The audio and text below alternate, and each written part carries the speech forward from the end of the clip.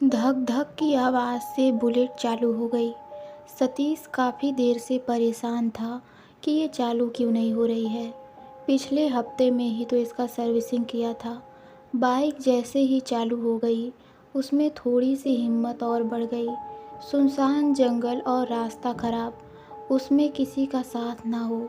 लेकिन गाड़ी की आवाज़ से मन में डर की जगह नहीं बनती। लगता है कि कोई साथ में है। रास्ता दोनों तरफ से जंगल और बहुत ज़्यादा टर्निंग, उसकी वजह से गाड़ी चलाना मुश्किल हो रहा था। अब सतीश गाड़ी चला के थक चुका था। थोड़ी देर कहीं आराम करना चाहता था, लेकिन यहाँ कोई चाय की टपरी या ढाबा भी नहीं था जहाँ थोड़ा रुक के फिर आगे का रास्ता पूरा किया जाए। ऐसा सोचते ही जैसे भगवान ने उसकी सुन ली। सामने एक मोड़ पे छोटा सा ढाबा दिखा।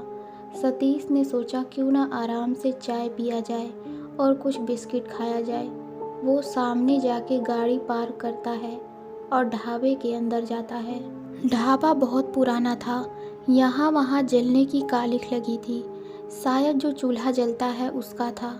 टूटे से लकड़ी के टेबल थे, छोटा सा दिया जल रहा था। उसकी रोशनी में सतीश ने बैठने की जगह ढूंढ ली। लाइट नहीं थी, वैसे जंगल में कहाँ से होगी लाइट। ऐसे अपने ही मन में वो खुद से बातें कर रहा था। बोलो साहब, क्या लोगे? एक बूढ़ा आदमी सतीश के पास आकर पूछता है। चाय मिलेगी? सतीश जोर देते हुए बोला। वो बूढ़ा चाय लाने के लिए अंदर चला गया। तभी सतीश ने साथ में लाए बिस्किट अपनी बैग से निकालकर टेबल पर रख दिया। बूढ़ा चाय लेकर आया और सतीश ने बिस्किट खत्म किए और अब बिल देने काउंटर के पास गया। साहब, आप कहीं दूर से आए हैं लगता है, और आगे भी जाना है क्या आपको? बूढ़ा जरा धीमी आवाज़ में बात कर रहा था। हाँ, वैसे मुझे आगे और शहर तक जाना है। शायद सुबह हो जाएगी पहुँचते हुए, इसलिए यहाँ रुक के चाय पीने का सोचा था। वैसे चाय अच्छी थी। सतीश ने बूढ़े बाबा की थोड़ी तारीफ की। ये तो मेरा रोज़ का काम है साहब, लेकिन आप अब आगे का सफ़र इतनी रात को अकेले मत करना। बूढ़ा जरा सहम के बोला। क्यों, क्या हुआ? कोई जंगली जानवर है क्या जंगल में, या कोई आदमखोर शेर? सतीश ने सहजता से पूछा। नहीं साहब, उससे भी बुरा और भयानक। सामने जंगल में एक मोड़ पे सब कहते हैं कि वहाँ कोई है जो लोगों को अचानक गायब कर देता है और उसके बाद मार डालता है। जंगल के उस मोड़ पे कभी रामदास का ढाबा हुआ करता था साहब। एक बार वो अपना ढाबा बंद कर रहा था कि अचानक एक बड़ा सा ट्रक उसके ढाबे में घुस गया। ढाबा और वो ट्रक धू धू करके जलने लगे। रामदास और ट्रक ड्राइवर, उसके साथी, तीनों की मौत हो गई। ढाबा जल के राख हो गया। उसको मरे हुए कई साल हो चुके हैं। वहाँ कोई ढाबा नहीं है साहब, लेकिन रात को जाने वाले को वो चाय पे रुकने को बोलता है और बाद में उनकी लाश वहीं पहाड़ी में कहीं मिलती है। क्या कुछ भी, आप भी ना। आजकल कहाँ भूत प्रेत पे यकीन करता है कोई। दुनिया चांद पे पहुँच गई, आपको यहाँ ढाबे पे कैसे पता चलेगा? बाहर निकलो तो पता चलेगा। सतीश ने उनको थोड़ा ज्ञान दिया। नहीं साहब, आप मेरे लड़के की उम्र के हो, इसीलिए बता रहा हूँ।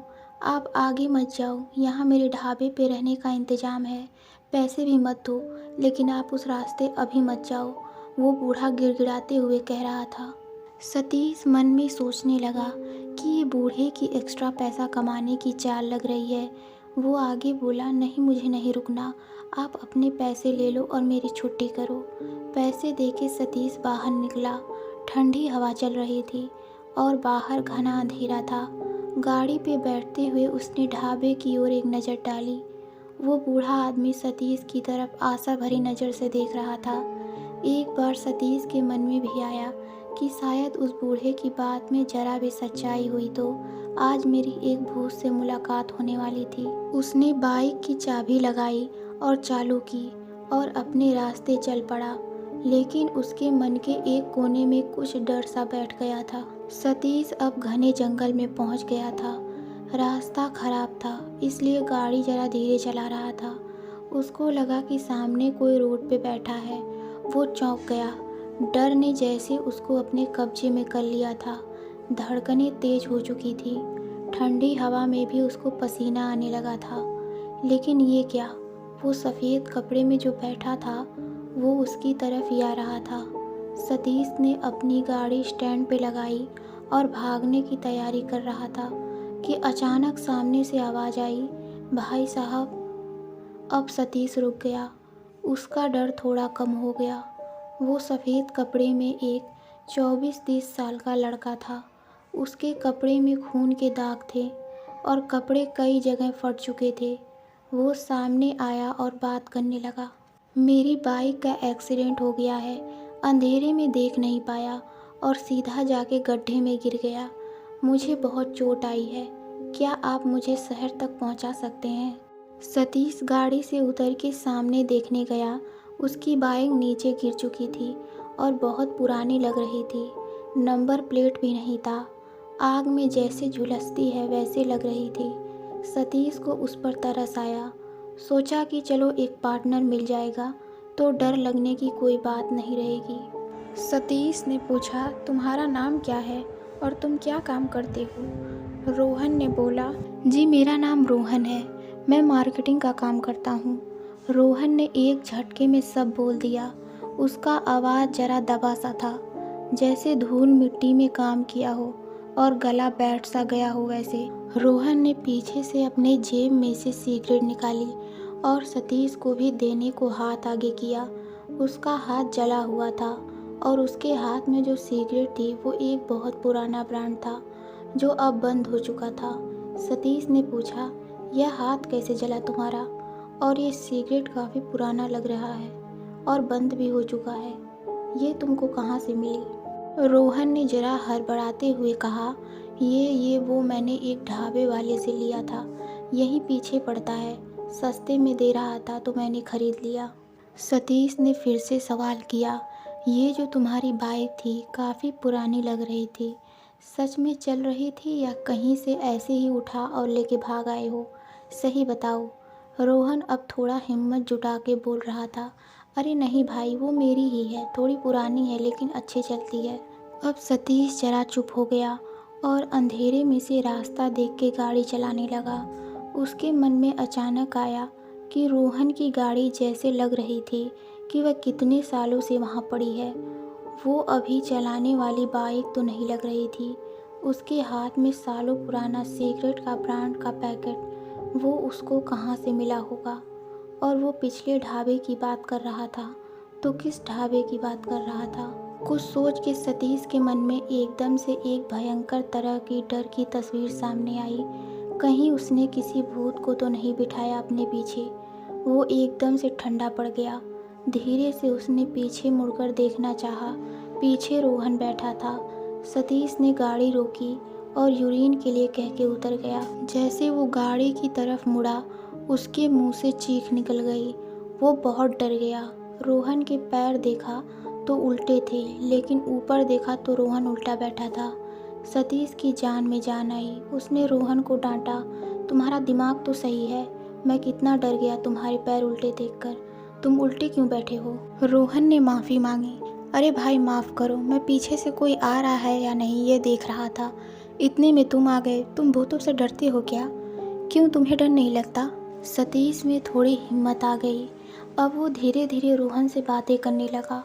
रोहन, तुम हमेशा इस रास्ते से गुजरते हो, तुम्हें कभी वो भूत से मुलाकात नहीं हुई? वो रामदास ढाबे वाले का भूत?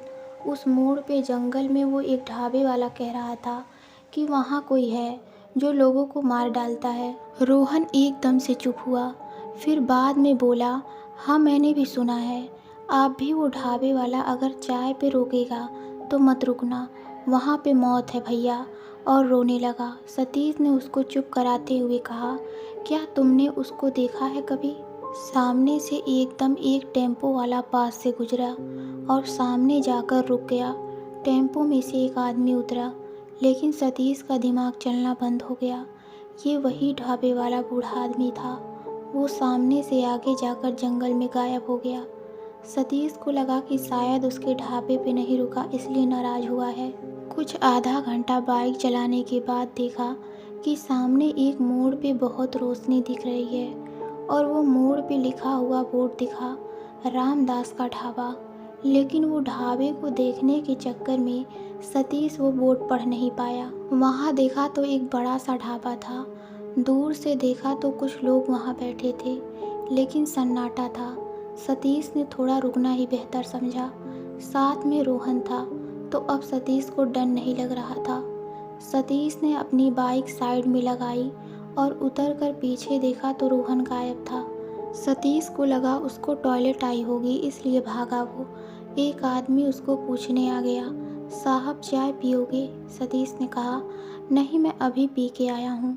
तभी वो आदमी जरा गुस्से से बोला, क्यों साहब, उस ढाबे वाले ने रामदास ढाबे वाले के बारे में बताया क्या? वो हमेशा मेरी बदनामी करते रहता है और मेरे ग्राहक भगाता है। आप आओ साहब, बैठो। सतीश को अब कुछ समझ नहीं आ रहा था, रोहन और वो ढाबे वाला सच बोल रहा था या झूठ। रामदास का ढाबा तो यहाँ है, फिर वो दोनों उसकी बुराई क्यों कर रहे थे?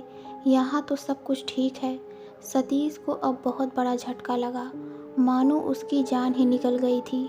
जैसे ही वो अंदर गया, अंदर एक कोने में उसको एक सफ़ेद कपड़े में बैठा हुआ एक लड़का दिखाई दिया। वो रो रहा था और उसके कपड़े फटे हुए थे, कुछ जगह से जले हुए थे। सतीश ने थोड़ा और गौर से देखा तो वो थोड़ा पहचाना सा लग रहा था। अरे ये तो रोहन था, ये यहाँ कहाँ से आया? वो तो बाहर था। सतीश रोहन के पास जाकर बैठ गया। रोहन पूरी तरह आग में जैसे झुलसते हैं वैसे दिख रहा था। यह सब देख के अब सतीश को समझते देर नहीं लगी कि अब वो फंस चुका था। रोहन जो मिला था रास्ते में, वो भी रामदास के ढाबे का ही शिकार था। सतीश ने भागना चाहा, तभी वहाँ रामदास आ गया। साहब चाय पीना है या नहीं, या इरादा बदल दिया? वो अब ज़बरदस्ती पे उतर आया। सतीश जैसे कुछ भी नहीं हुआ ऐसे जता के वहीं एक टेबल पे बैठ गया। उसके सामने एक और आदमी बैठा था। उसने अपना सर उठाया। डर से सतीश के हाथ का कप उसके शर्ट पे गिर गया। वो कांपने लगा।